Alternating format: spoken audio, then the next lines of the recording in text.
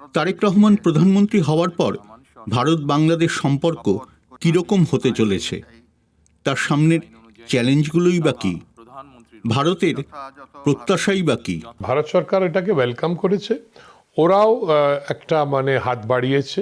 তো এই আউটরিচ থেকে দুদিক থেকে আউটরিচ হয়ে একটা নিশ্চয়ই একটা সমঝোতা নিশ্চয়ই হয়েছে যে আমরা রিলেশনশিপটাকে নর্মালাইজ করতে হবে।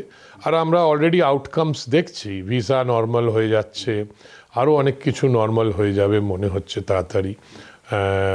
এখানকার যে আমি যা শুনেছি, যতদূর আমি জানি, আমার কলিগরা যা বলে, যে মনে হয় যে সেটা এখন প্রায় নর্মালাইজেশন হবে, আস্তে আস্তে সবই নর্মাল হয়ে যাবে।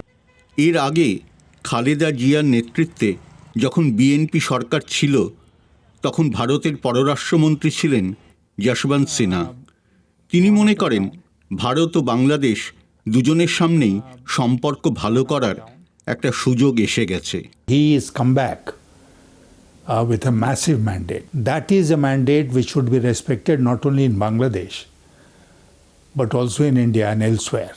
Our relationship with Bangladesh has recently gone up and down, but I will take this as an opportunity for India and Bangladesh to repair whatever unevenness has crept in our relationship. শুরুটা ভালো হয়েছে, কিন্তু তাই দেখে এখনই উচ্ছ্বসিত হতে চাইছেন না অনেকে, কারণ অনেকটা পথ পাড়ি দিতে হবে, অনেক সমস্যার সমাধান করতে হবে। বেশি এক্সপেকটেশন রাখাটাও ঠিক না যে আমরা বিরাট কিছু করে ফেললাম এরকম।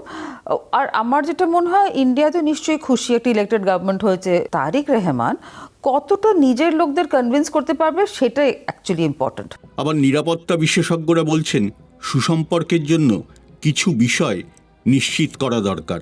সুসম্পর্ক হবার জন্যে কোনো কম্প্রোমাইজ না হয়ে আমি দেখব যে আমাদের যে সিকিউরিটি ইন্টারেস্টগুলো আছে সেইগুলোকে উনি সুনিশ্চিত করবেন, আমরা ওনার সঙ্গে এগোবো। যেমনি আমাদের দুই পাক্ষিক একটি সহযোগিতা in terms of intelligence sharing on terrorism, counter terror কী করে যেতে পারে, দুজনে কি করে কোলাবোরেট করতে পারি যাতে আমাদের দেশের সন্ত্রাসবাদীরা ওখানে না যাক, ওদের দেশেরও না আসুক। তো সেই দিয়ে একজনকার অন্যজনের পরস্পর একটা কনফিডেন্স বাড়বে। ভারত ও বাংলাদেশের সম্পর্ক উন্নয়নের বিষয়টা অনেকাংশে নির্ভর করছে দুই দেশের প্রধানমন্ত্রী তারেক রহমান ও নরেন্দ্র মোদির উপরে। India is a huge neighbor for all these countries. We are twice the size of all of them put together. So we have to be extremely sensitive also in dealing with them. We must always assure them that we respect their sovereignty. Tarique Rahman 17 বছর বাইরে থেকেছেন, ওনার একটা যে অভিজ্ঞতা তখনকার, তিনি সেখান থেকে নিশ্চয়ই কিছু মনে করেছেন যে এরকমভাবে কিভাবে নতুন করে কিছু করা যায়। আমি সেই সিগন্যালগুলো এখন দেখতে পাচ্ছি। ওনার সাথে হয়তো লন্ডনে কথাবার্তা হয়েছে, এখানেও লোকজন, বিএনপির লোকজনরা আসা যাওয়া করতো, আমি নিজেও তাদের সাথে কথাবার্তা বলেছি। আমি তো ট্র্যাক 2-তে, আমি তো সরকারে নেই।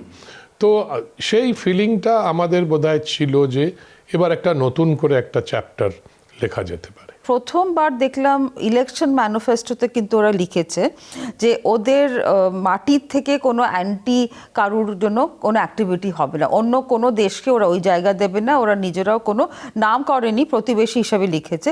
তো সেটা তো খুব বুঝিয়ে দিচ্ছে যে এটা ইন্ডিয়ার তো মেন কনসার্ন সেটাই।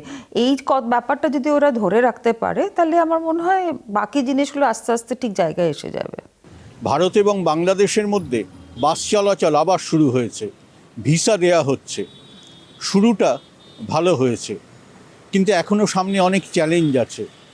প্রধানমন্ত্রী নরেন্দ্র মোদী এবং বাংলাদেশের প্রধানমন্ত্রী তারেক রহমান সেই চ্যালেঞ্জগুলোর মোকাবিলা কিভাবে করেন তার উপর নির্ভর করছে ভারত এবং বাংলাদেশের সম্পর্ক কোথায় গিয়ে দাঁড়াবে।